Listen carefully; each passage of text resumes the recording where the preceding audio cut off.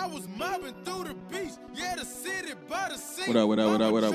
Big Steppa podcast. It's your boy Doug. Jada Bull. What's up? We back again with another one for y'all. We have a special guest in the building tonight.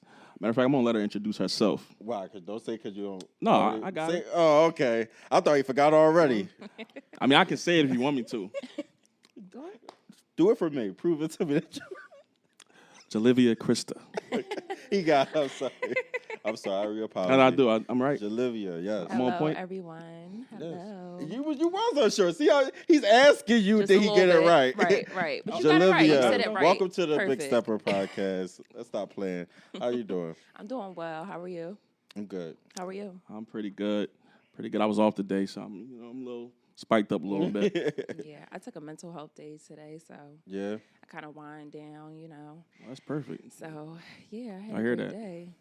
And definitely need to take more of those out here. Yeah. Julivia is an author, and we're going to be getting into her book and a little bit about her backstory. Yes. If that's okay. So we're going to get into that in a little bit, but we got a couple of topics. Yeah, and just say, I'm glad. I was happy when you reached out to me because it's hard to get females just to come on here and just be like they be fraud. a solo guest. I don't know what that's about. Really? Yeah, I'm like, people will say they want to, and then when it comes down to it, they be all over the place. I mean, we have some on. We had them on, but I'm talking about like a solo. Yeah. You know what I'm saying? That Solo initiate. guest. Yeah. Gotcha. So that's what's up.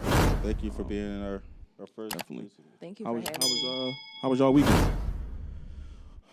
Good, cold, hectic, a lot of stuff. This weather is weird, man. Yeah, man. You had a good Friday, or good show Friday. I saw.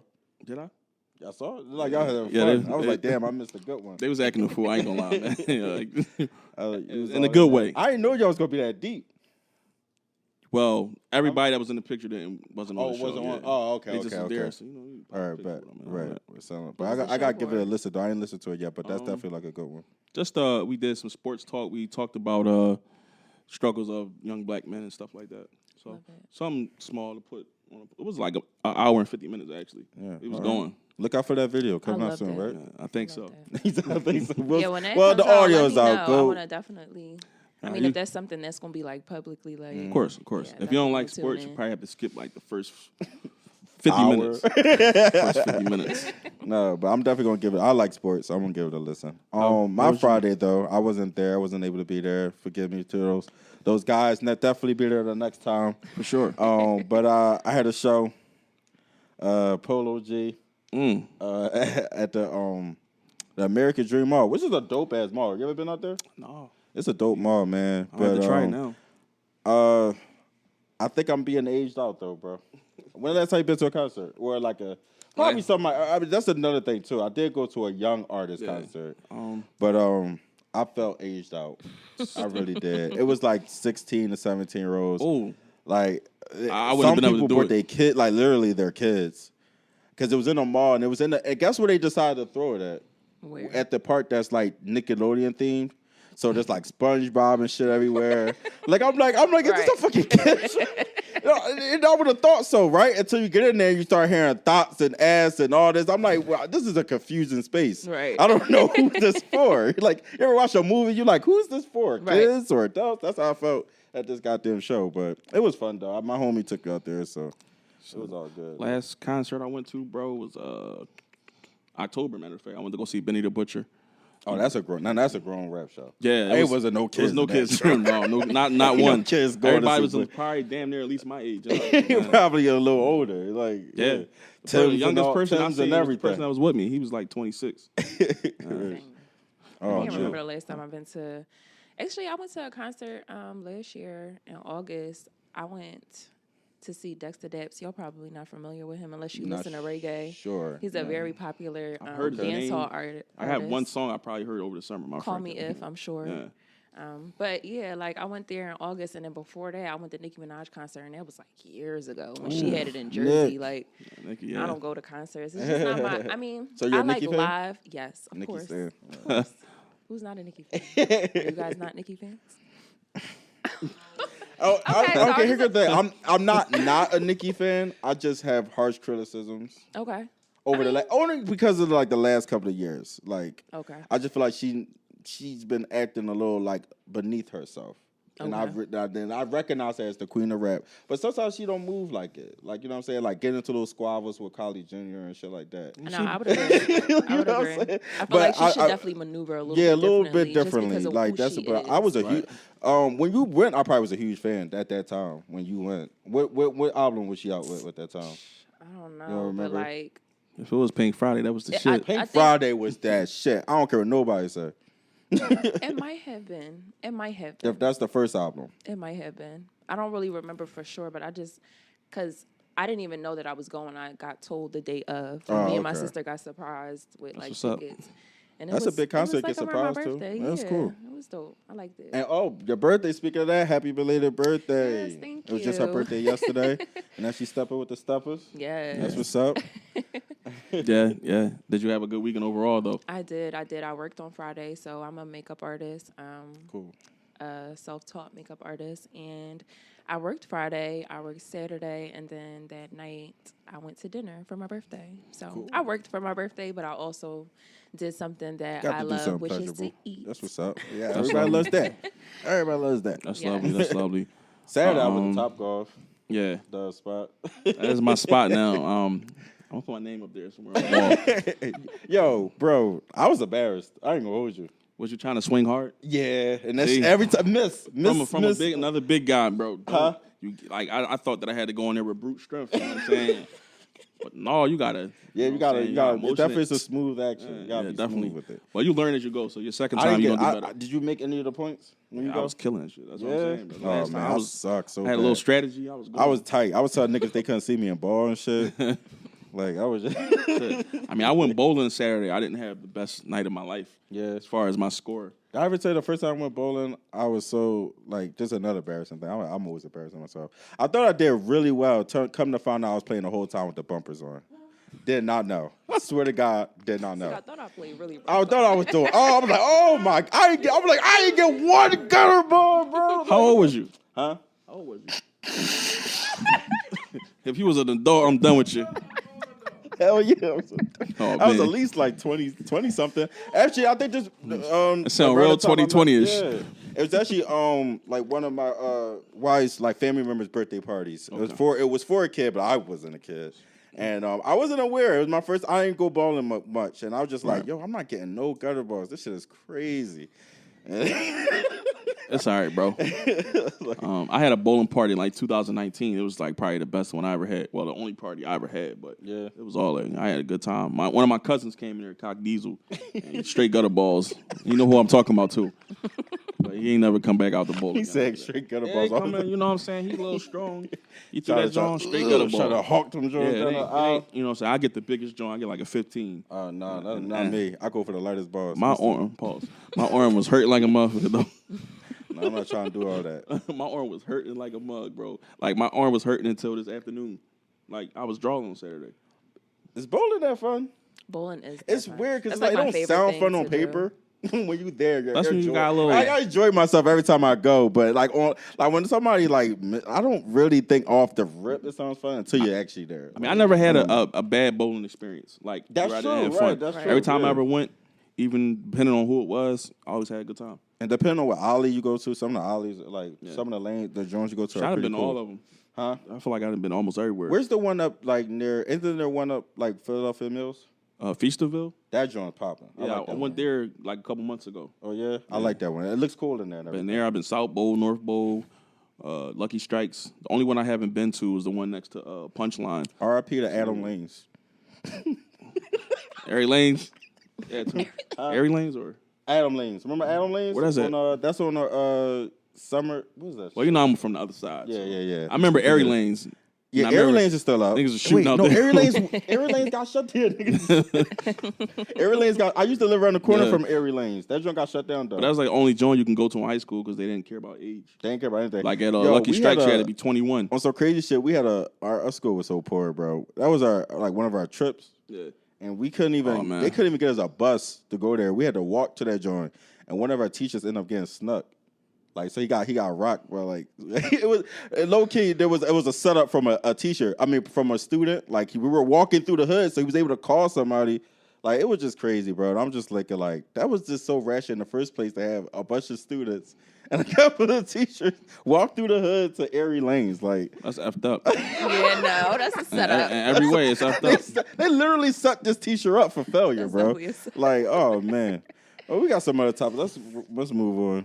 Oh man, let's start off. I don't know if you like sports at all. Yeah, how We're how gonna you touch feel on it a about little bit. Ball. We're going to speak I on that a mean, little for bit. the most part, I've always What you think of Ben loved Simmons? basketball. I feel like my brother has always played football and basketball, but I lean a little bit more towards basketball because I can understand it more.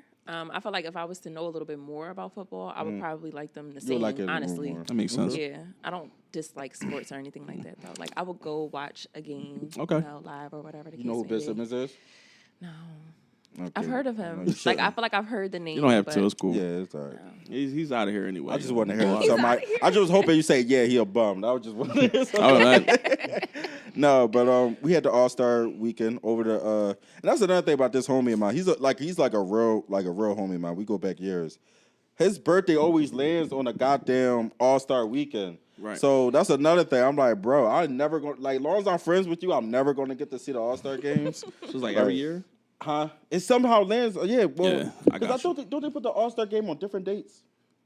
It's not always the same date, right? It's around the same time every year. It's always right around after- the same It's like the time, week though. after Yeah. the trade deadline.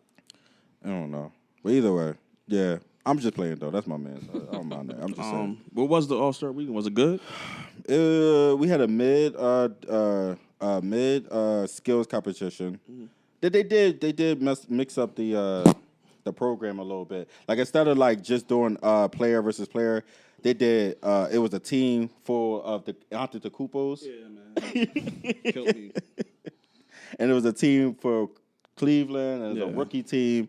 That was mid, and then there was a dunk contest that absolutely sucked, and then there was a pretty Worst ever, There was a pretty okay 3-point contest. bro. Carl Anthony Towns took it. This might have been the least I've ever seen out of the All-Star weekend. Yeah. Like, I always made it, even, like, I could watch it visually. I was bowling, but at the same time, it was so bad that I couldn't focus on it. Like, it was just bad. Dunk contest. You went on the day of that the night, Saturday, competitions. yeah. Okay. Friday, I recorded, so we didn't even waste our time. Right, All I right. seen Friday, I saw a little bit of the verses with AI and T-Mac. Okay. I seen a very little portion of it. Wait, that happened already? Yeah, it was Friday. Oh shit, I want to see that. Was that good? It's on or no? YouTube. Huh? From what I saw, it seemed cool. It's different. That's I wanted to see it because it was different. That's why I wanted to see it. Who won? I don't know.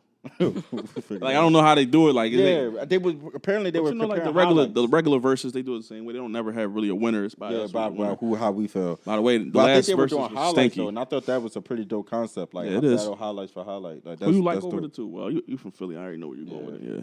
T-Mac, shout out to T-Mac. Shout out to T-Mac, but you know I'm gonna go AI every time. I just think that the All-Star weekend, like, they got to make some changes, man. They do though. See, everybody keeps saying that, but they are. Y'all just ain't fucking with the changes. They like suck. for one, then like they don't do the All-Star game with a first, second, third, and fourth quarter. Now they like 3 rounds That's ass. to games to 50, and then they add all the scores together for the fourth quarter, and then the first person to 165 wins. I can't get with it, man. You don't like it? I hate It does. I would say this. It does make for very entertaining fourth quarters, though. They be going hard in the fourth quarter. Did you see Steph put up like 50 points? How? Like, there was no defense. Like, 16 Well, threes. in the fourth quarter, they played defense. I mean, yeah, he in the was fourth bricking. quarter, they played defense. He wasn't making that many. You know what I'm saying? Your man hit the walk-off, you know what I'm saying? Yeah, I know he Brown hit the walk-off. I know he was happy. Embiid balled. He had like 30, 40 points, something like that. Embiid's doing his damn thing. You hear me? Embiid, Shout out man. to Embiid. Shout out to you know Embiid. Embiid, right? You gotta know Embiid.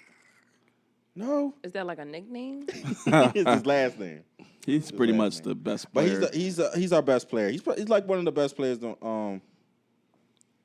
Yeah, in big the big league African right now? bull. Okay. Yeah, with that Can we fro. say that now? The best player in the league. So this year he's top 5. Yeah, He might be top definitely 2. top player, and not top player 2. in the league. But you'll be hearing him soon when he get us that trophy because he ain't gonna be able to avoid it then. If you end up going to a Sixers game for the rest of the season, you'll see him. You like number 21. He's the biggest guy out She there. gonna know once we get that parade. We get a parade in Philly again, man. They they came in my neck Friday about that. Wow. Saying that we're going to get a parade? Yeah, they Brooklyn. They KD and Kyrie dudes. Oh, I'm Shout out to my really guys. mad I missed this part, bro. Yeah, they Kyrie, KD dudes. They You know make I- sense, You know I don't mess with Brooklyn. but I don't mess with Brooklyn either. Well, I don't mess with Brooklyn because I don't mess with I don't mess with Brooklyn or I don't mess with KD and Kyrie like that. They good. They great. But don't mess with KD. I don't mess with Brooklyn. I never did. The Nets, no. They got a cursed team. Them and the Clippers. Yeah. What else is going on? We got a new album on the way. My number one album of the year. What you think about that? Isn't like $200? Now that's that part is drawing. I guess I won't be listening to this album. Who's selling the album for $200? So yeah, Who else? Kanye. So Kanye is now taking a what type of approach would you say? An independent approach? Money towards hungry. the game? Money hungry. Yeah, There's two ways already. to look at this move. You can look at it as a smart black businessman making an entrepreneurial move. I'm saying after corporations, I could do this myself. Or you could look at it as like, oh, this nigga is being greedy as hell and doesn't care about anybody. Yeah, because I know it's two very drastic ways to look at it, but I'm just saying like because at one point, at one way to look at it, like he is doing something that's like what a lot of people do tend to admire, which is saying like, oh, I don't need these corporations to make my money or whatever like that. But who is going to want to pay $200 to listen to one album? People who just want to say they did it. That's probably about right. That's it. After the wave is over, it's gonna be he gonna do something else. Yeah. I hope it's better than Donda 1 for $200. Yeah, because that I don't even know. I skip. Bro, is it really I don't listen to Kanye, so I'm not even. Understandable. Like I can't really judge his. Is there anybody you listen to that you want to pay $200 for? That's why I was about to go with this. No, and it's not because they're not worth it. It's just that just sounds ridiculous to me. Not even Beyonce? You know? No, like, and All I'm right, not just checking. I'm not one of those beehive girls. I love Beyonce Yeah. though. Like I feel like she's such a amazing performer, but I'm not paying. Like I'm that person that's not paying $500 to be in the front. You know what I'm saying? Okay, I respect it. I pay my $80 so that I can see on the screen or whatever the case may be. That's I'm here more for the than good to environment. me. More than good to me. Yeah. Them tickets we got for that Sixers game, they nice. Yeah? Yeah. Like, when is that? March 18th. March 18th. That should be here in no time. Yeah. But Kanye and $200 album just don't sit well with me. I don't think it sits well with me at all. And it's another especially, streaming service, right? Huh? And it's another streaming service he's trying to do, right? It's called STEM. The players, the stuff. I'm cool. I don't really get how it's gonna work. Yeah. All I know is just that that is a little too much. Price wise. That's your guy. But as far as a business, that's what I'm saying. As far as business accrements go, I guess it's smart on his behalf because he sold 6,000 of them already, and that's already like over $1 million. Damn, So Kanye. he couldn't sell to like, you know what I'm saying? He don't have to sell to a huge population to get the money worth. He working the system. That's what I'm actually saying. So what is it really for? Is it for a money goal, which is fine? Like I'm not saying that he should do it for anything, but if it's for a money goal, it's like for him to be in a position that he's in, I feel like he could be making way more like moves in a sense. He kind of, to me, moving off of emotion right now. Yes. And I don't know if I'm just judging that off of like just by what I know, because I don't really read into what he got going on. But as I've been just watching people post things, I'm like, he seemed a little emotional with all his, moves. Yeah, Facts. I think you actually do got a point with that because I don't think he play like it's one thing like because I'm saying like it's business, but now that you say that, it does sound like a plan that he had when he announced the album. So it's not that much involved with business because I don't think that was the original plan. I don't think like so. he just said it was a Donda 2 coming, and then as this whole thing, this drama plays out with his wife and Skeet Davidson, as that. As that shit plays out, I think he is starting to just make like certain changes. Do you think these type of moves like get Kim back? Like, do you think is he trying to? First of all, why is he acting so crazy? He's delusional, back? bro. I don't understand. Be her peace, bro. I think he's delusional. Like, how in do a you sense. think all this crazy shit is gonna make her come back? She's not come back for no reason?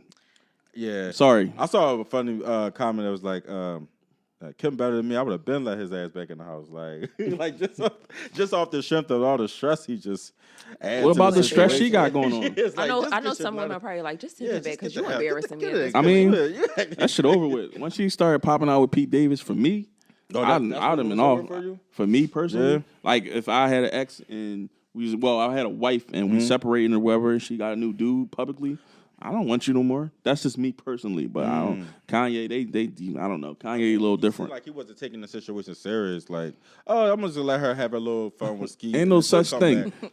Ain't no such thing for me. Yeah, no. Then he went and got his little fling, and I'm not even going to That get shit on. over with I'm not even going to already. get on that because that's just nah.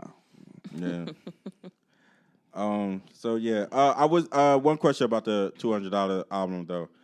If it was like a limited release, would y'all do it then? Or if it was like you was the only person who would have it, or you and maybe a couple other people would have it, would y'all do it then? Am I going to make money And I'm off not of talking it? about specifically Kanye. I'm talking about any artist y'all want. Like, would y'all pay $200 to get exclusive music Like, what is that it? nobody else has? If that's all I'm getting out of it is this to hear it, then no. Yeah, that's what I'm saying. It You has to could be use it to more with profit. it. You can host listening parties. Hell no. I'll make Because some that's bootlegs. the thing. Like, once I Make start some- to put my hands at work, like, we going to have to make a contract. Like, it's going to be, you know what I'm saying? Like, I make some bootlegs or something. yeah. Like back in the day. Put that shit That on was a good LimeWire. question. That was a good question, though, because I really started thinking, I'm like, some of the artists that I listen to, I'm like, what do I play You for know, they say there's exclusive? a Wu-Tang album that nobody ever heard that's in like a vault somewhere. Or something. Yeah, they can keep that. Yeah, they keep it. They Yeah, can it's supposed to keep be that. only one of it made. I think the Bull had it. It's like $1 million something. Martin Scores. Some Scorsese? yeah, Scorsese? some dude that was Cold creep. Go ahead. yeah, some creep who was a millionaire who he bought the album and he was trolling people with it, but then he got booked. So I guess he had to sell it. So now it's like in the possession of some bank or some shit. I don't know, but that's crazy though. So Wu-Tang, I mean, I've had an old head tell me this personally. He said after the second album, it wasn't the same. So yeah, I wouldn't dare. Yeah. yeah, that's true. Because Somebody from that era. shit better sound like Gold. Like the first joint was all that. The second one was Yeah, cool. 36 Chambers is the first one, Yeah, right? and after that, I don't know. Like, granted, I didn't listen to it till later in life. I didn't grow up listening to the I just Wu-Tang. start getting into I knew who they were, but I wasn't listening to that shit. Just to keep it real. Right. But hey, Kanye, you got it. You know what I'm saying? Got Just it, know bro. I like you, Keep but your I ain't head your up. customer. Keep your head up. You get your wife back, I guess. I mean, I would love for Or her a to new get her one. back, but you know, I just can't see it happening. Do you really think he's going about it the way that, No. you know, because I always think about, you know, long term. So I'm just like, if you do want her back, then why are you doing this? it's a lot of damage. Like, that just doesn't make sense to me. Yeah, like it's like you're acting out as if you could never say you did that. You got to stand on it. Like, well, that's, I don't know. Then like somebody said he loving out loud, and I don't agree with that. Yeah, You acting a fool out loud. No. Yeah, you don't This like. social media thing is that's just scary. getting to people's heads. do Like want this. everything being for social media is just is not. And if you think about it, like back then when people used to date, it's like everything was so, I don't know, like face to face in a sense. You had to go out your way to like really show some effort. And I feel like today you could just make a post on Instagram and it's like, oh, he loves me. And it's That was fun, actually. Yeah, and you know what's funny? He's that you writing the also numbers said down. About that, yeah, too. it was like walking miles and miles, or you know, in a sense, a guy would walk her home miles and miles and then have to go home. You know what I'm saying? It's like it was just. Say front like you But don't then know by the about time that. I got home, by the time I got home, you know so much about me that you know you want to talk again and this. That, and Yeah, you can make your decision right then and there. Like, Yeah. am I gonna call this girl tonight or not? Now I was looking because she sparked an idea about that situation. I think she's messing with Pete because he's more old school. Okay. Like, you know what I'm saying? I think that's what Kanye not getting. He's trying to impress her with a fucking truck full of flowers, She shit that he can do stuff with that- money. yeah. She got he money. is taking her to Staten Island to eat pizza. They chilling on a, you know what I'm saying? He making her feel normal. That's what she wants. She already rich. She could get her own Yeah. flowers. She could get any car. Yeah, as much.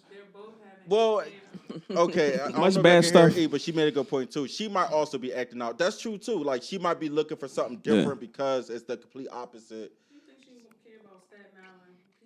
Tell him. I'm saying I agree saying with it you. seemed like I'm saying that she might be into Pete at this moment because he's showing her something different. You think so? I don't. Okay. Listen, if you like go That's just through like- all of her dudes that was public out here, Pete Davidson. Because I'm saying, like, all right, if you're already Who is like, he, by think the about way? what Kim think about what Kim dating record has A been. low tier And that's comedian. why I I don't agree. even know I what to do call agree him. with you, but I'm just saying I'm just a little different. I agree with you a little differently. What I'm saying is that like she's been dating these like high profile guys back to back to back, and he trying to still be this high profile guy to bring her back. And in the meantime, the girl that's got your wife is taking her to eat pizza. That's your what wife. I'm saying. Why you had to throw that in there? That got your wife. Like he's not doing nothing like he's not taking her to like nothing she can't afford. He's being like just doing normal shit with her. And you might be right. That might be just because she's just acting out and like this is just different. But I think it's still my point is it's working. And what he is doing is not. It's like, right. You know what I'm saying? So Right. That's a he fact. like I wonder if Kanye ever brought her to his hood. He ever brought her to go get some brick style pizza. Chicago. Yeah. She's been there. She was in the trenches. She was in the trenches with him? Yeah, a lot of She bodyguards. looked like the type of woman that would Oh, I just think be they like, did go "Take me visit his there. old. They did I go just wanna visit his see." old house. Or I'll- something, right? I Yeah, think like they did do that. I've given her a lot of shit over the years. I'm not gonna lie to y'all. I did. I have to. But she has, pretty much for the most part, tried to clean up her reputation as far as some of the shit that she done, especially for black people. Like I ain't gonna take that away from her. But when I was coming up, after the sex tape and all that, I was like, what the fuck is this? You know what I'm saying? But as time passed, you get more mature.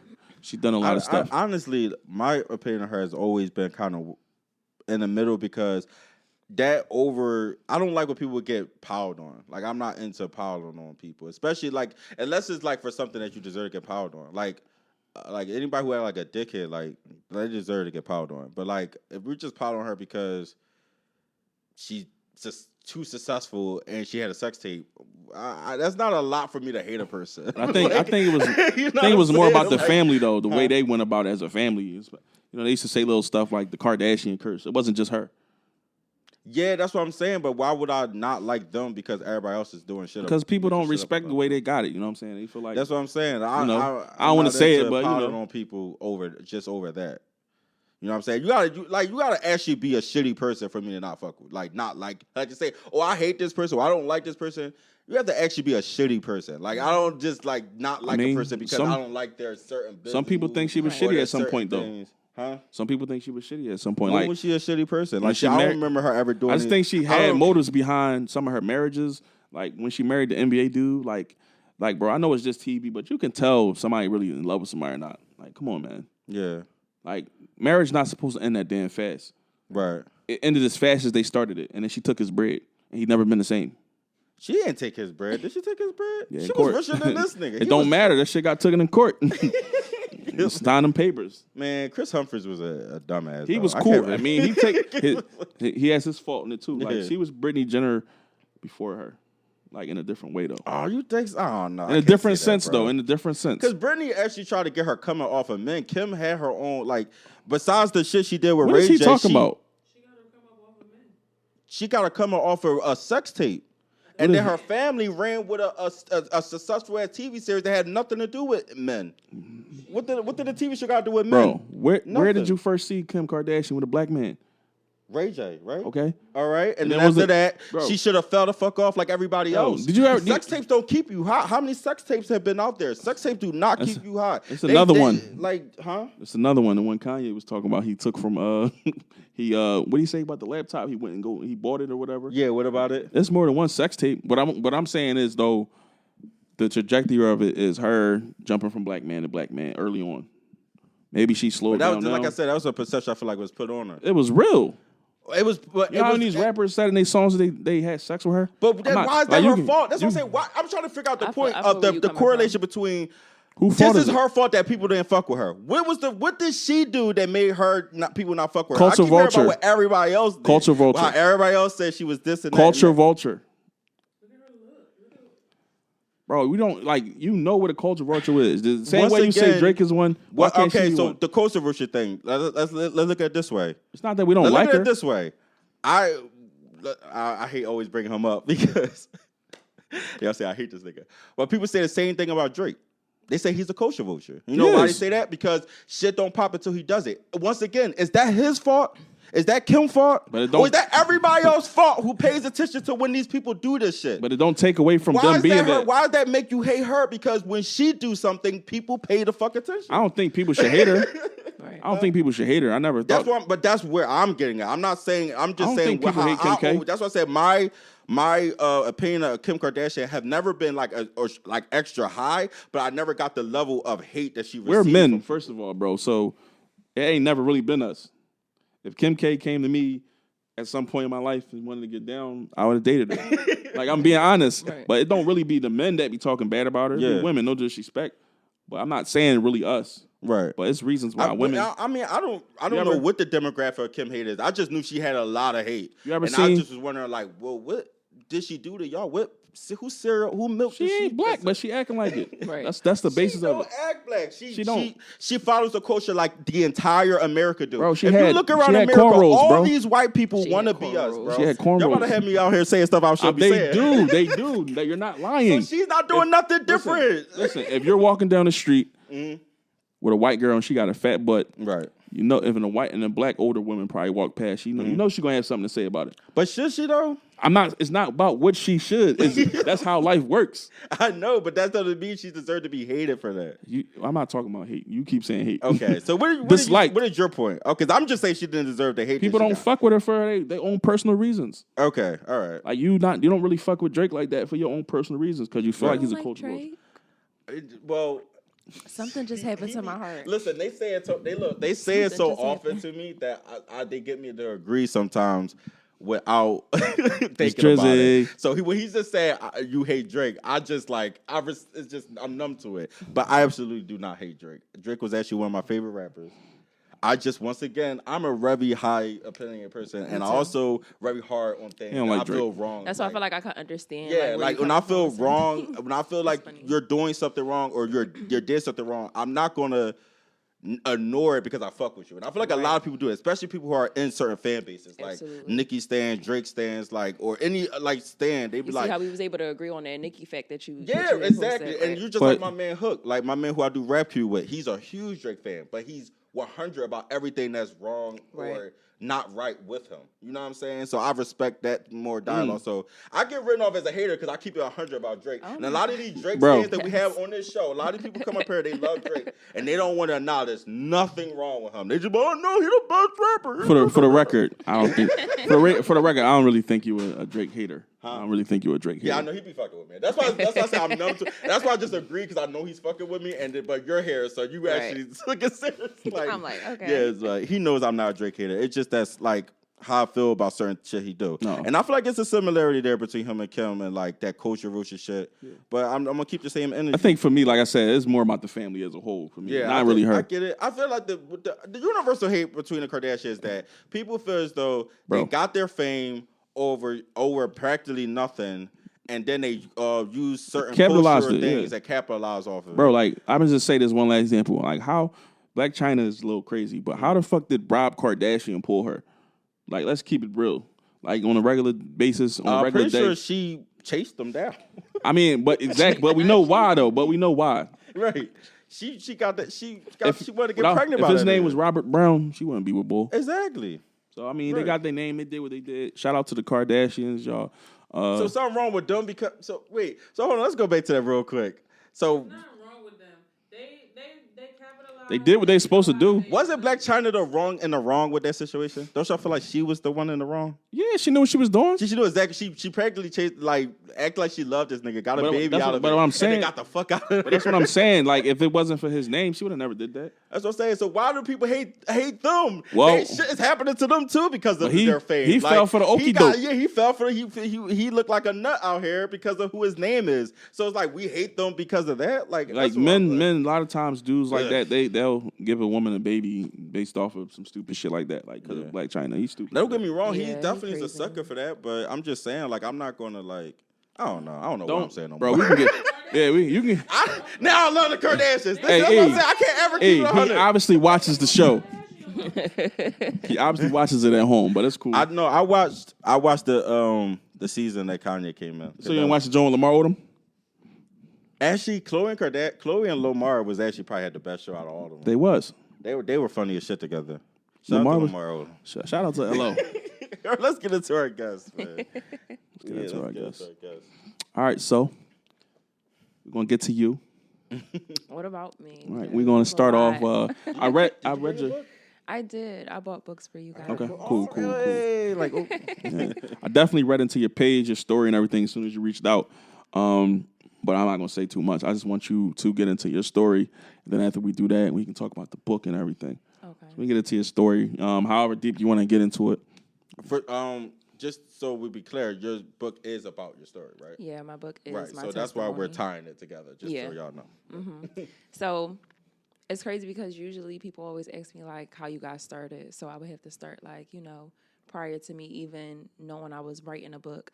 That's fine. But as far as the tragedy, the story itself, it did occur on January 16th of 2017.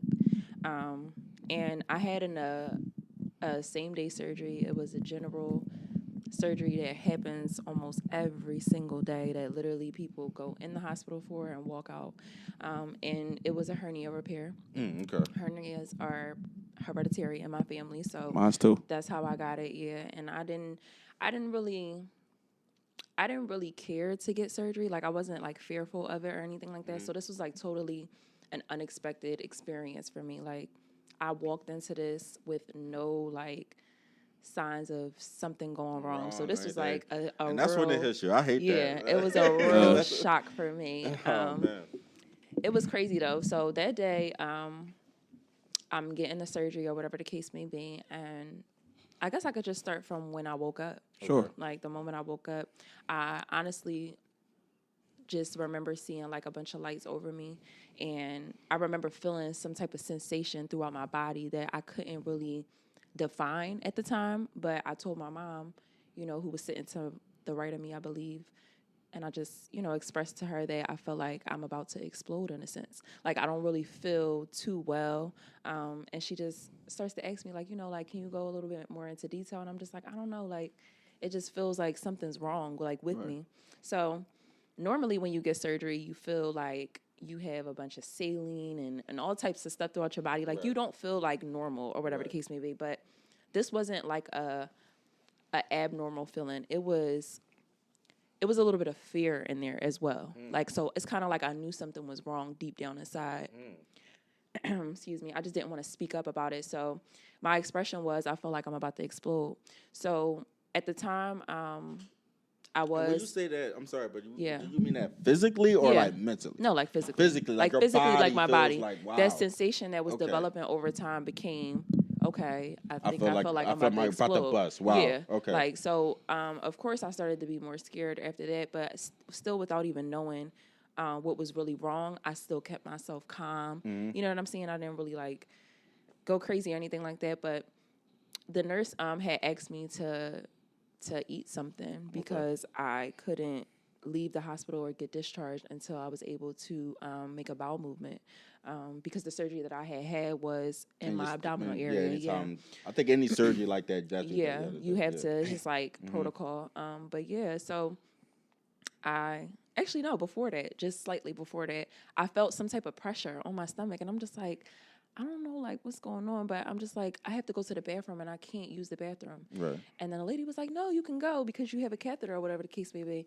And I'm just like, I'm physically forcing myself And it's not to go to happening. the bathroom, and I can't go to the bathroom. Right. So she goes and she, like, checks or whatever the case may be to make sure everything's okay. Whole time I have no catheter in me. Wow. I have no catheter in me. So she goes and tries to run and get the catheter and comes back and, hook it up, whatever the case may be. My bladder was so backed up, by the way. I have to put that in there because my bladder could have been damaged. Like, it really could have been. So was this a hospital oversight? Yeah. Wow. It was a hospital setting that I was in. And that was a very significant part because to me, I already don't have health issues. Right. So when they was explaining to me that, that is like mandatory in surgery. Catheters are mandatory. Like, so by the grace of God, everything was okay with me. They were able to hook it up and, I was able to go to the bathroom. So fast forward to me having to intake something to eat. As soon as I ate the Jell-O, I literally threw up. Like instantly. It was like I swallowed and it came up. They gave them the signal that something is wrong with her. Like what she's saying is not just, you know, some type of feeling or whatever the case may be. So now that I see that I was throwing up, now I'm scared. So I'm like snapping at the nurses and I'm telling them like, nobody touch me because nobody can't tell me anything. Nobody's like, and I don't know if I could trust anything. Yeah. So at this point, I'm just like, now I'm in defense mode. Like, and I'm just like, you know, if nobody can tell me what's wrong with me, I just prefer to Did you not have be somebody touched. with you up there? I had my mom with me. Yeah. What was her? How was she going through? She was honestly just like everybody else. I felt like they were trying to figure out what was wrong, because you can't just go based off what I say, even though it's my body. Right. Like, I don't physically, like, I wasn't there to physically see what was done in the operating room. So it's like you can go off of what I'm saying to an extent, like, which, you know, is respectable. But like, they wanted to just like anybody, they want to believe that everything went how it was supposed to go, and it's you're just not feeling well. It's gonna pass. Nothing's wrong. You're just going through it right now. And that's exactly how they were acting. They weren't reacting off of my actions, which is exactly what they were supposed to do. Yeah, I think they don't want to make you panic. Yeah, I think that's what most doctors do. They don't want to make you panic. So they're like, "Oh no, you're fine." Yeah. And back there, they're probably like, "What the fuck?" But deep down, like it's crazy because deep down inside, I know that even they knew because I could see it in their eyes. Yep, you can. Like, you know, when you just look at a person, you can see that they don't even know like what's wrong. So, God bless the woman who came in there and did her job because everybody else was scared too. But she came in and she just was like, "I have to get your blood pressure. So I'm about to flip you over."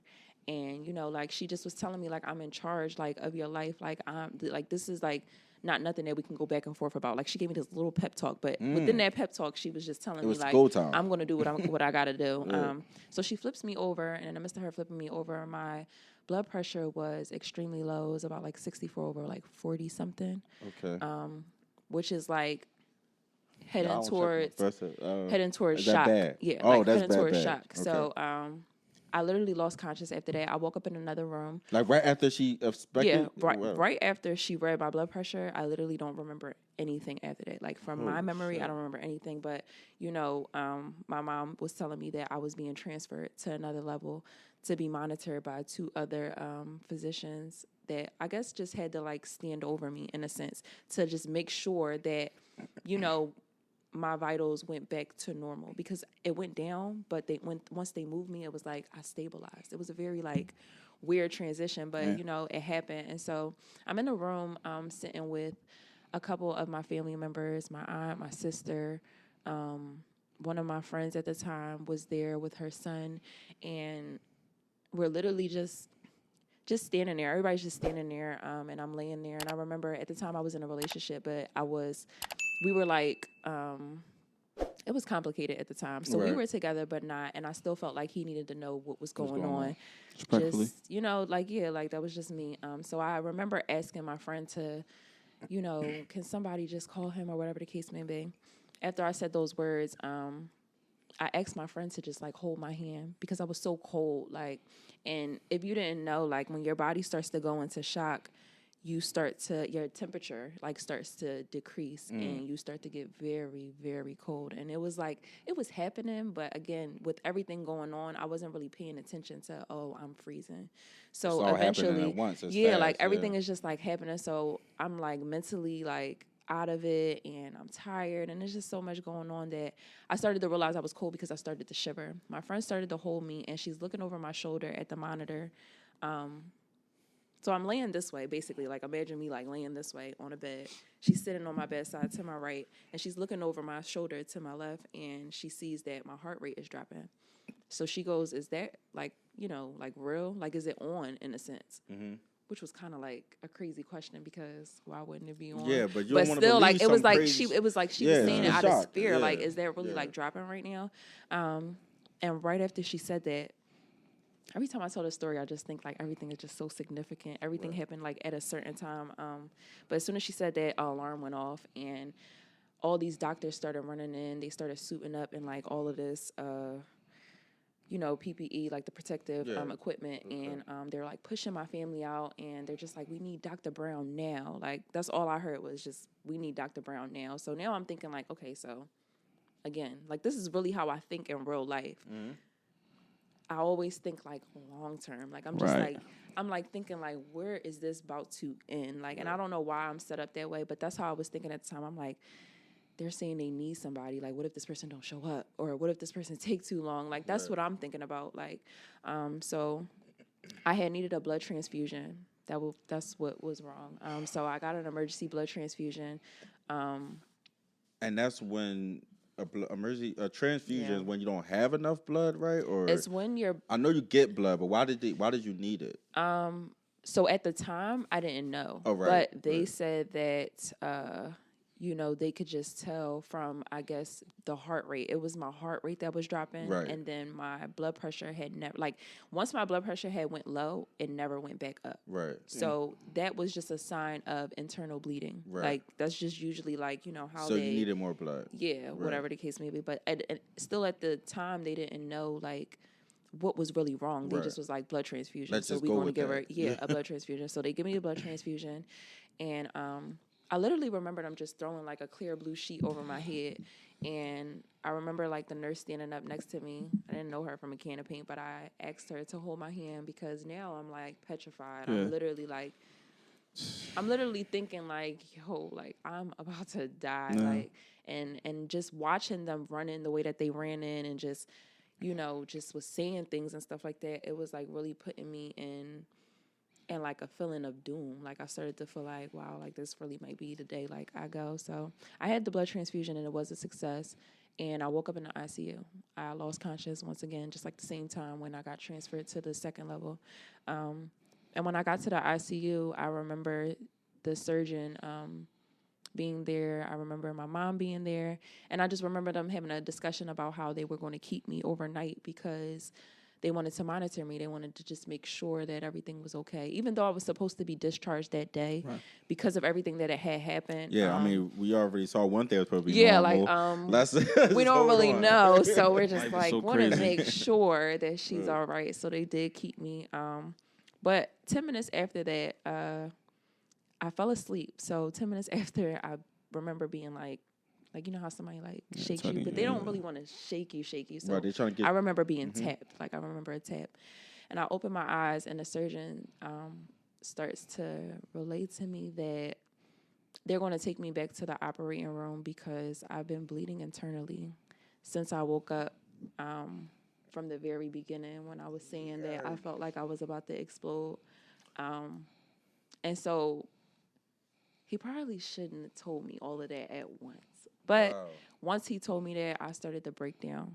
Literally no more words came out of my mouth from the moment that I had the second surgery from the moment he told me that till I had the second surgery. It was just like, I was speechless. I was just to crying. take you back to that moment. What could you say? Sheesh. Like when he did tell you, like what was you think like at that? Because that was like your first real answer of what was going on with you. So how did you feel when you heard that? And did you have any hints that might have been what was wrong with you? And how? And I don't want to ask you because it was. But how much did that have to do with the catheter thing, or is that completely separate? Like I think that a lot of my situation, when I think about it overall, it was more so like negligence in a sense. Oh, man. Not that they wanted to be, but like I just so happened to be that victim at the time. right. Because the surgeon that I had was, before, I don't know if anybody knows, before when you have surgery, you meet your surgeon, you talk to your surgeon, you go through like Planning tests and all that good all of stuff. that. So like we're very familiar with each other, and he was a very spiritual person as I am. So I didn't really get the idea like he was literally neglecting me. I just felt like this was God's plan. Like this was literally like just supposed to happen. A like mistake like just happened to happen. I mean, they're human. Like surgeons are not robots. They're going to make mistakes. Like Unfortunately. so the catheter was just a Unfortunately, mistake they were able to- that was, included in it. But that was a signal, because if I would have never felt any pressure, I probably would have just Went home. And they for sure told my So, mom that if I would have went You home, also that would have say, been done. like, so the catheter. So it sounded like the catheter thing was a separate issue, right? It Then kind of internal was. bleeding?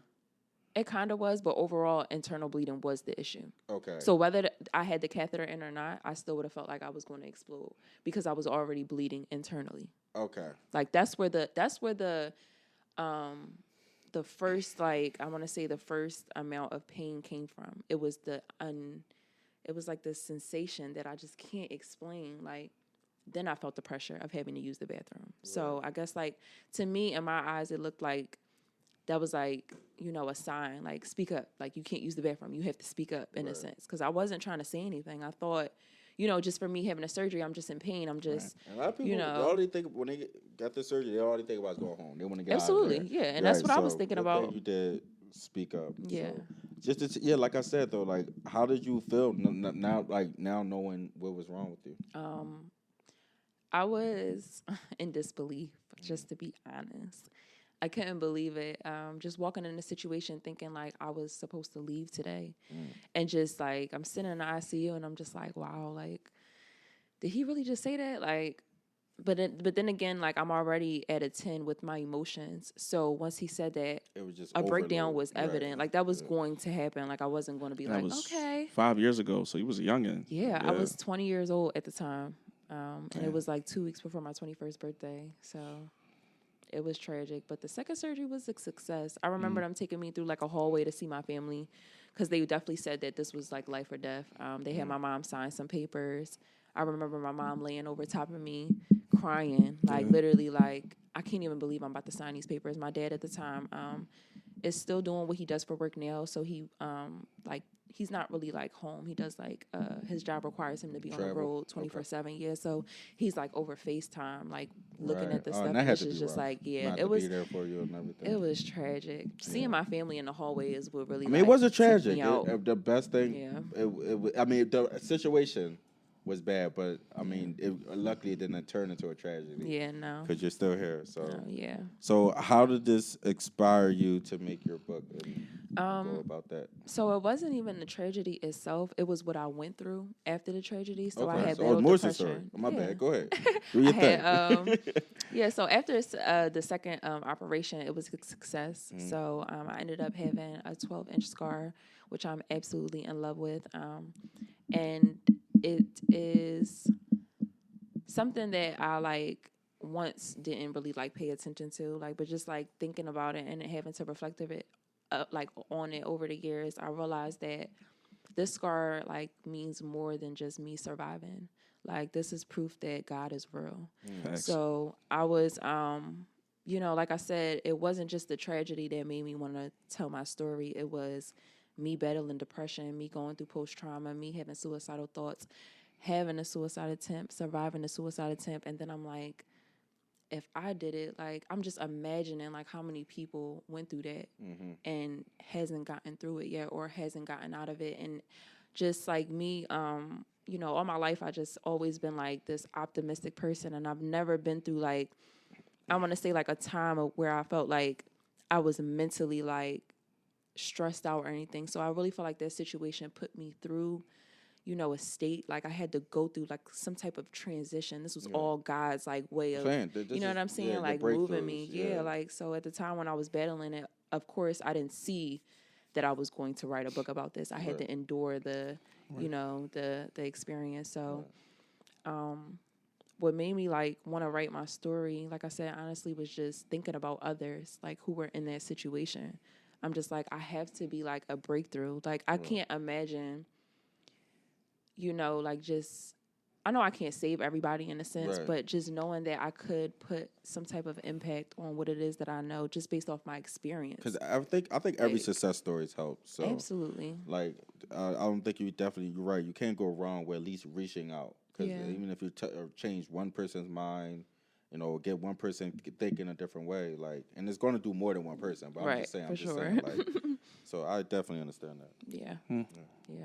And even if it does, like, I always said that I don't care if one book sell. My book was on Amazon at the time. One person, one book, whatever. Like, I was like, I don't care if one person, you know, show up to my book signing. It just wasn't about that for me. I was just like, you know, because my book is not for everybody. I always tell people that it's not for everybody. It's for people who are ready to receive that information, people who are, you know what I'm saying? And even when, like, you read it, you're going to see that I'm not just telling my story. Like, and you're honestly going to feel like you were there too.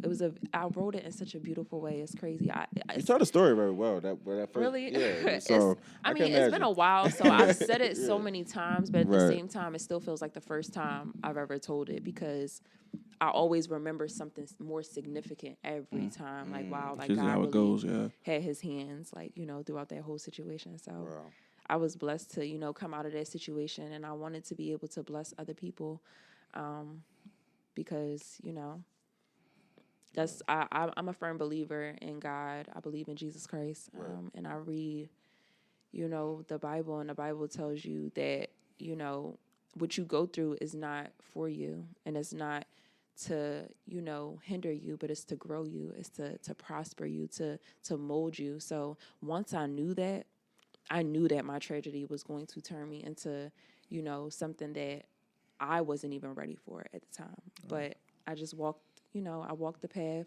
I stood the test, and, you know, I'm an author, not just an author, but the first author in my family. Amen. You know, to ever even, you know what I'm saying? Yeah, And that's I'm what's just up. like paving a way that's just like not normal for even like just like the Black community. I mean, I'm Caribbean, but for the most part, my parents are more Americanized than they are Caribbean, but they're still more on the Caribbean side. And so I grew up very strict and stuff like that. I guess what I'm trying to say is just like, I didn't really have a choice in a sense, like, because it was just shown to me that God was real. Like, I didn't have to like contemplate about it. So me being a spiritual person, like I said, and having to go through that, my faith was being tested. Like, I didn't never had to question God. Like I said, I was optimistic. I was very outspoken, you know, just like this girl that was just like full of light. And then everything changed after that. Like, now I'm thinking like suicidal, and now I'm like, I don't even recognize who I am and stuff like that. Like, it was just a transition. No, you're good. But I just want to get this clear. After the surgery is when you start to hit the low point. Because a lot of people don't, that's important to know. Yeah. Because a lot of people think like, oh, you always got to turn out it. Like, that's when everything was fine after that. Like, no, absolutely not. You start to question more like purpose, meaning. Yeah. You know what I'm saying? And that can bring, I know that's something that could definitely be hard to deal with after going through something so traumatic. Yeah. Yeah. I think that it was like that rock bottom state. Right. Like when like I said, I had to go through depression. I had to go through post-trauma. I had to go through all of that. And then once I had the suicide attempt, I knew it was no other way to go. Like I had literally like surfaced lower than what I could even imagine. So I'm just like, there's only one way up from here. And then, you know, I want to say my suicide attempt was October 30th, 2017. So it wasn't even that long ago from when the surgery had happened. It was within that year, that time frame. Like, and I was just going through so much, like, between like not being able to eat, sleep, do my regular daily activities. Some was physical and some was more because of mental and emotional. But it consumes you all the same. Yeah, like it was just a lot to deal with at the time. But I think it was the sleeping part that really like took me over the top. Not being able to like sleep and like function throughout the day, because I started to take medicine, and you know what I'm saying, to like function, like to get energy in a sense. And then that like destroyed me, like my body or whatever the case may be. So I started to wear my emotions. You know how sometimes you try to I want to say like filter it, like, so if you have like, let's just say like on your way to work, a situation happened, but once you walk through the door, you gotta come in here as if nothing like ever you happened. at the door, basically. Yeah, make sure ain't nothing happen. Yeah, that was me every day though. Like it wasn't just for work. It wasn't just for when I was around my friends. It wasn't just for when I was around my family. That was every single day for everything. Any person that I had to encounter, I had to filter, you know, what was really going on with me, because I was kind of scared to speak up about it. You know, it's not really popular to talk about what's going on with your mental, and it's just funny. It's just so like not a coincidence that right now what is very like big that people are on right now is mental health. And God put me through that years ago. So it was like he was trying to show me and literally like tell me like, I need you to talk about this. I need you to like tell people that, you know what I'm saying? Not really physically tell people or verbally tell people, but in a sense like I said, like my story is not for me. Like you're not just going through this because you deserve this. Like you need to be, an example for others. You need to show others, like, you know what I'm saying? If you get through it, if I can get through it, you can get through it too. It's definitely the way to be about it. Yeah. So do you do mental health seminars or anything like that? Or you? So that is definitely the goal this year. Once I was finished writing my book, I had already came up with a show called the Planet Series, which is basically like, it's an open discussion interview about pros and cons on, trauma, depression, PTSD, and suicide, of course, and just about not even just business people, but people who are, I want to say, like, into the media, because I want to say you don't have to have a business, but you could do radio, or you could do, you know what I'm saying, something, but you're just involved into, the whole, like, mental health awareness. And I wanted people to give insight on their experience with it. I wanted to create a platform for people to, like, share their story, or, where they started, in a sense. And, after I had came up with the Planet Series and actually started doing it, I'm like, I want to meet people in person. Like, I've always been an energy person. Right. Like, people could usually feel my aura when I walk through the door. So I don't know, like, to me, I knew I wasn't going to start off that way, but just, like, looking, like, from back then to now, like, I kind of saw myself talking to people. I didn't know what I was going to be talking about. I even had dreams, like, just, like, dreams will do it to you. having people, like, being there, and I'm standing there, and I don't know if I'm talking to them or if they're watching me. I don't know what's going on, but I just see people, and I know they're looking at me, like, and so that's definitely the goal, to have in-person meetups, mental health, advocate throughout everything that has to do with we mental need more of health. that, especially in the definitely black community. And you're right. Like, it's definitely something that's picked up a little more mainstream now. I don't think we're still at where we need to be with mental health, but there's a lot of people who writes it off. And it was what I like about your story is that you cannot write your story off. Your story is legit. Like, nobody can do it. But a lot of people's stories do get written off about what they're going through and stuff like that. But I think like listening to people like you with such a short thing can, like, help those people. Yeah. You know what I'm saying? Because it might not be as strong as yours, like your journey, but like by ignoring it, it could get there. Yeah. You know what I'm saying? Like, I think the best that, like, just anything going wrong with you want to nip in the butt, like, right away. You know what I'm saying? You don't want everybody to get to that. They gotta they tried to kill themselves, or they tried to do this, and now it's like, but let's try to catch it before it gets there. You know what I'm saying? That was my whole point. Right, yeah. exactly. Like, we want to make sure that people could deal with that without having to hit that rock bottom. Yeah. So hard. Definitely, I don't want to hit that. Because I think even because I would like to get to a point where we, like, even if you think you're mentally fine, still do some mental health therapy. Like, we might all, like, need it. Just we do regular, like, when you're fine, you do checkups, right? Like, we do checkups for our bodies to make sure our bodies are fine. I think it's okay to do that for your brain. Yeah, too. your friends and homies do checkups, all around the board. Like, I've me personally, I've had some, probably throughout my whole life, this is, like, the most mental stress, like, off and on I've been in the last couple months, and it's hard to talk about it, you know what I'm saying? Especially if it's something that just started. Like, maybe it did happen in the past, but not the same way. But it's really hard to start talking to people about that. It is. That's probably why a lot of people are still hesitant to this day. Yeah. Like, people have been through way worse stuff than me, but I think that's why it's so hard, It's not even really a judgmental thing. I can't really call it, but, it's a comfortability thing. It's definitely a comfortability thing. And sometimes people feel betrayed by opening up to people. Absolutely. That's how people get opened up to people and they get thrown back in their face. Or that's the scary part. You know what I'm saying? God forbid, they try to cheat you like you crazy, or cheat you like they can't trust you in certain things. That was what it was for me.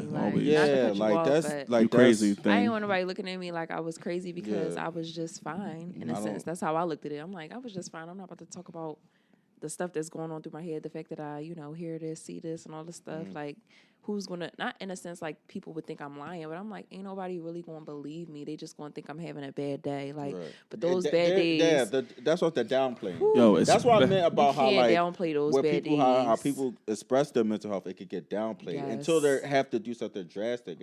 And then sometimes even when it gets to the drastic level, they think they're doing that for attention. Right. It's like, well, at what point do you believe that something's wrong? But not to make it a man or woman thing, but that's definitely it's what men something go. that men have to deal like, with. it's definitely tough. like a lot of times when men express their mental health, it does get taken off as like, oh, they're complaining. He'd be all right. Or, you know what I'm saying? Or he'll be all right. You just got to, toughen up. So it's definitely like, Go get some money. I remember when I was going through it, I think my biggest concern, like, and this is kind of like a man thing too, it's like you don't want people to think you feel like you're weak or feel like you can't handle what's going on. I think a lot of that is a pride thing. It's a pride thing, but I think it's also like, what I want to say, like, not upbringing exactly, but perception. From the man's standpoint, like a man's perception or we gotta be stereotype. We gotta be tough. We gotta be mentally strong. All that's like, and y'all can still do that and be mentally and still healthy. Just gotta work out figure out a balance.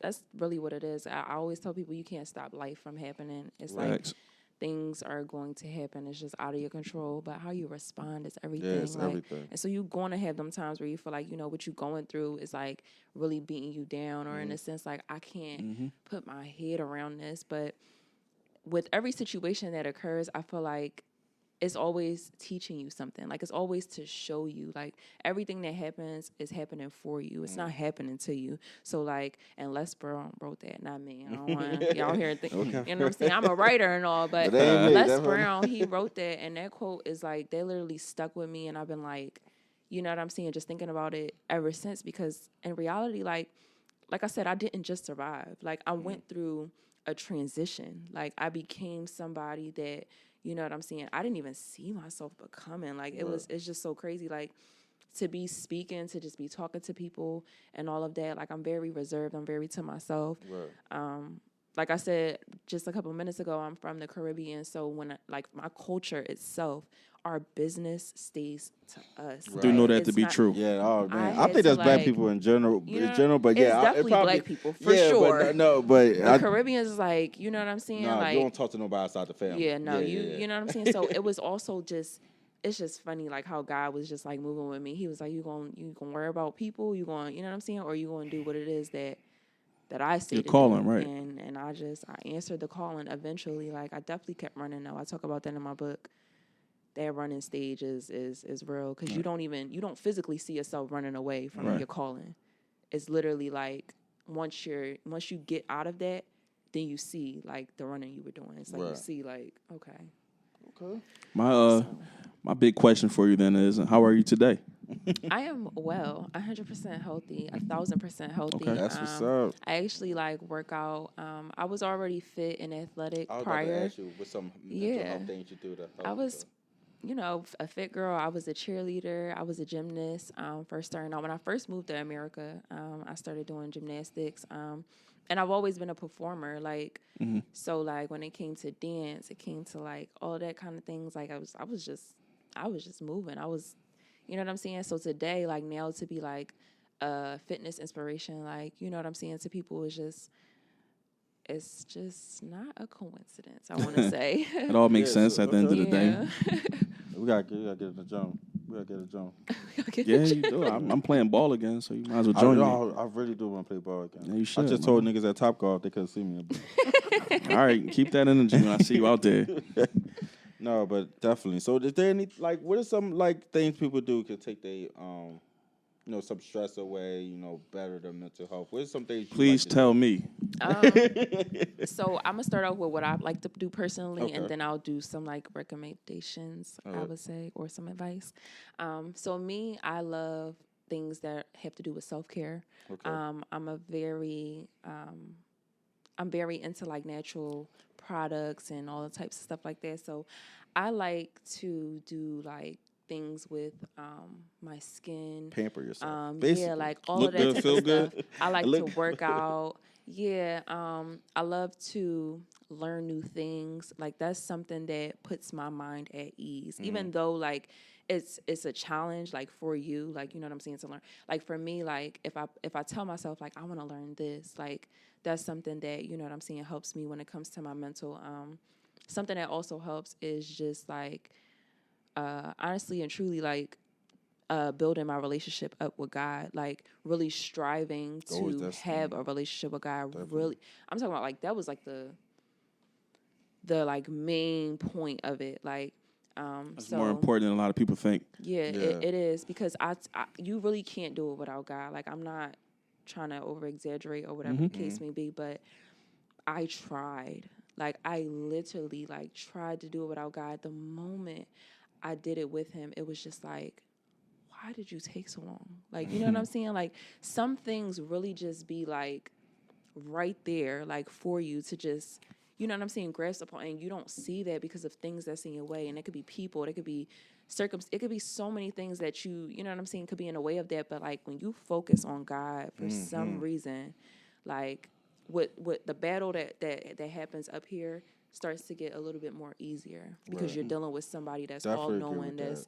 you know what I'm saying, all powerful. It's nothing that's bigger than him. So your mind is, you know, capable of only but so much. You have to remember that. You got to remember that. Facts. You know, even though you go through like the worst of the worst, or whatever the case may be, you can only go but so far. But God, like, there's no extent to that. So you have to trust that power in some sense. Like, definitely. And I think that's what I think a lot of people should, like he said, like, a lot of people don't know how important that is. But also just believe it. Like, you know, I grew up Christian. I'm a Christian. Dove did too. But you know, not for the sake of not like battling everybody. Yeah. I understand that people have different religions. Yeah. You know, and that's why even, you know, with my beliefs, I encourage people to, like, overall find their God, because believing in nothing, I think, is the trap. Like, people who don't believe in anything, like, then what do you believe? What do you live by? I think that creates a hole in a person. I really does, and I think, like, it leads you to make and rash decisioning. It makes you a little more confused. Yeah. Like I said, that's why I said I spoke on purpose. Because, like, if you don't believe in God, if you don't believe, like, and that's what I'm saying. Like, my God, your God, if you don't believe in a God, right. What is all this for? Right. You start to feel empty. You got to start. You know what I'm saying? So, like, I think everybody, like, should just take a moment. If you do feel like you're atheist or whatever, just take a moment to really think about that. And, like, just imagine, like, finding something, like, taking the time to find something that relates to you. Absolutely. And, you know, I just, you know. That's important. That's important. That's a really big fact. I'm glad you brought that up, purpose, because I know that's a very popular thing. Again, like, I got to bring it up. Back in 2017, when I was going through what I was going through, I didn't see that God was preparing me for now. But just to see, like, what's going on, and to see that, you know, that's a big thing today. Everybody's trying to find their purpose, which is an amazing thing. Yeah, that's good. I am not knocking that. However, finding your purpose, and, you know, because your gift and your purpose are two different things. Yeah, that's a tough one. Yeah. Absolutely. And a lot of people not ready for that conversation, but it's just like, your purpose is literally what's expected of you, in a sense. What you're gifted at is what was given to you. So you don't really have to do nothing with your gift. Say that one more time for me. You don't really necessarily, your gift was given to you, but your purpose is what's expected of you. So in a sense where, like, you could be gifted at something and you don't have to do it for the rest of your life. Like, you can know how to sing. You don't have to become a record artist. Singer. You know what I'm saying? Exactly. But if your purpose is to become an artist, drop out of the industry and do this and then do that, you know what I'm saying? Then that is purpose. You know what I'm saying? And your purpose doesn't have to necessarily be you impacting the world. I think a lot of people are like, a lot of people think they gotta be that shining star. Yeah, like, nah. It ain't for everybody. It ain't. It's not, and it's not even really about. It's not for everybody. It's just like it's not everybody's purpose. Like, everybody, you know what I'm saying? Like, you might want to be imagine if Joe Jackson was stuck on him being a singer. Yeah. We would have never got Michael. What would life be without Michael? His own career. He's like, no, I'm the star of the family. All you kids sit there, watch my routine, tell me how you like it. What would life be without that? You know what I'm saying? Michael and Janet. The other ones, they a little behind, you know what I'm saying? But, The other ones? Right. I'm sorry, y'all. It is what it is. It is. Jermaine better stop with that toupee on his head. That's hilarious. Let's start ripping up the joke. Oh, my bad. No, it's that Tito. No, it's Jermaine for sure. He got that shit all dark. I can't with you. This joint sprayed up. Oh, man. My bad, Jermaine. Bottom line is that, we all have a purpose, and it don't all have to meet, like, these wild expectations. Yeah. And I think a lot that goes also with success. I think we had a conversation about that. Like, a lot of people got to understand their definition of success. It's not always about being a millionaire. It's about being, to me, well, you tell some of these people that it's happiness. Yeah, that's mine too. Wherever you are in life and you're happy, you're successful. Yes. That's how I look at it. You know what I'm saying? Like, That's what a lot of people don't understand. I understand the push for money because money does bring you a lot of things. Mm-hmm. But at the same time, the money ain't everything. No. You know and a lot of these people with money are miserable. Yeah. I mean, you can be financially rich, but still be poor. Yeah. And, you know, the mentality I would actually make a case that a lot of rich people are miserable. They're bored as hell, man. And it's probably because a lot of them, like, they get to a point where they either get too spoiled and they start to abuse their relationship with God, or they don't believe in a God. Yeah. And it's like, again, where we are with this purpose thing. Like, y'all remember that interview what Baba had with the Breakfast Club a couple of years ago, when he basically was talking like he was ready to die because he said he did everything. He's like, I did everything. I've been traveling the world since like 12 years old. But it's hard for people like him because remember he started early. Yeah, that's what he said. He said, I've been traveling the world since I was 12 years old. That's crazy. I've done everything. You know, I don't what is really he supposed have to do nothing. now? And I thought it was like sad because it was saying like he was ready to give up on life. And it's like, bro, that's because after all that success, all that money, you still haven't found your purpose. You thought this was your purpose. Yeah. It may not be. You're rich, successful, you're a rapper, and this may not even be your purpose at all. Like, you know what I'm saying? And I think that's what mental health helps you do. It helps you find that, because you're not paying attention to the materialistic world that we live in, this earth. That's, you know, that we're only here for a certain amount of time. Right. For, you know what I'm saying? It's like, very tough. It's to me, your purpose is it's usually, to me, is related to your lineage. Like, what's going to be here after you're gone. You know what I'm saying? What you still, like, to me, like, you know what I'm saying? Absolutely. Like, so, you know, I think that's what sometimes it could be. I'm sorry to cut ahead, you off. I just thought about something. Oh my gosh. And sometimes it doesn't have to be, like I said, you physically impacting somebody's life. It could even be sense of awareness. Like a lot of people have. I know, like something that I'm really big on is just speaking on what's right, because a lot of people. A lot of people don't know what to stand for, in a sense. So they're kind of like stuck in the middle. And sometimes when you do that, you lean over to what's wrong. Right. So when you got these people who standing up for what's right, 9 times out of 10, it's a little bit more harder to spread that. Whatever it is that we're trying to spread awareness on, it's a little harder for people to pay attention to. But usually, like, people end up dying sometimes. Like, and it's something that should have never occurred. Like, for instance, the young man who lost his life, I believe, from a cop kneeling on his ear, like something like that should have never occurred. Right. However, spreaded awareness on something that, you know what I'm saying, was happening, and it was occurring on a day-to-day basis, but people weren't speaking up enough about it. Yeah. So sometimes I always say, like I said, you got to really, like, ask yourself, like, what God will put you through sometimes won't even be for you. You got to really sit and think about it. Like, what could this do for somebody else? Like, and then literally, like, life just starts to get easy after that. Like, because once you find God, you find you. Yeah, like, I think my mom tells me that all the time. It's so cliche, like, saying it, but it's really true. And God not going to make you change nothing that's really you. You might have to change some things that you've been exposed to, but he not gonna change who you really are. Like, I'm still the same me. Like, that's why a lot of people could vouch for, you know, who I am today, like, and just attach it to, you know, the Jew that they knew from before, like, but still say you're totally different. Like, you see what I'm saying? Like, I think that helps eliminate what people also. Like, people try to change you. Like, I was saying to somebody Friday, it's a difference between changing and making changes. You know what I'm saying? So a lot of time we run into situations we have to make changes, or you have to make changes for a person, place, or thing. The biggest setup in the world changing is different. Slogan, by the way. Huh? That slogan's a setup. What slogan? The never change slogan. Yeah, we're supposed to be changing. I don't like, what part? I don't know. At what point in your life are you Jay-Z? not supposed to be changing? Ovi. I need to stop listening. Think about it. We go for babies, toddlers, young adults, teenagers, adults, older adults. But I do. You're literally changing your whole fucking life. Why would we ever say that? I do think that when people say that, though, it's more of an inner thing, though. I don't think they literally mean it, though. I hope not. It's funny that you said that, because I do have a affirmation that I came up with.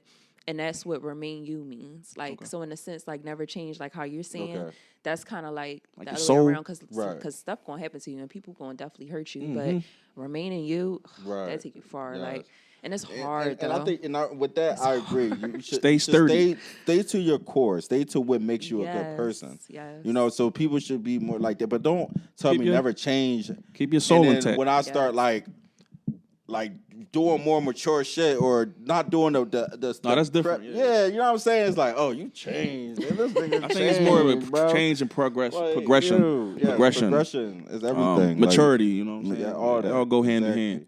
So some people be the same. Like when as long as you don't change, who you are. It's more of an action thing. Yeah. Right. Yeah, if you changing, you doing it for all the right reasons, then I'm all for it. God gonna bless you. I'm so big on growth. It's crazy. Yeah. Like I am too. I can really help anybody get from point A to point B. It doesn't matter what you're doing, and it's crazy because I think that's like how I was saying with the gift and purpose thing. Right. I think that's my gift. Like you can come to me with any situation. It doesn't matter what it is, and my brain or whatever it is that has to do with me just can help you get to the next, you know what I'm saying, to the next step. Like, and you know, sometimes it takes a little bit more than a conversation. But for the most part, like after I'm done talking to you, your mind is just operating differently. So I don't know. Yeah. One of my gifts are similar to that. But just with gifts in general, I always tell people like, don't use your gifts in the wrong way.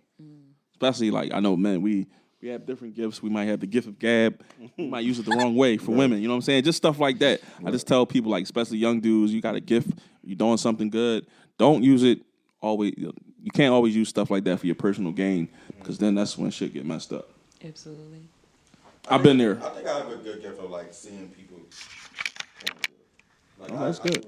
Like an empath, like you're very understanding. Yeah, I think I could. Empath. Yeah, that empath. word specifically. I got I'll give you that. Like a lot of the times, like I like, and the people like say like, oh, like you're playing the middle. I'm not trying to play the middle. Just you just really understand. Yeah, I understand what the and that's a very unique. Like people like that are very unique into their own beliefs, their own biases, and that's like. That's one thing that I try not to do. I don't like being biased. I hate it. I don't know what it is, but like I respect the person that can do that though. I like being biased. Like I want to be objective as possible. That's like a thing. It's hard.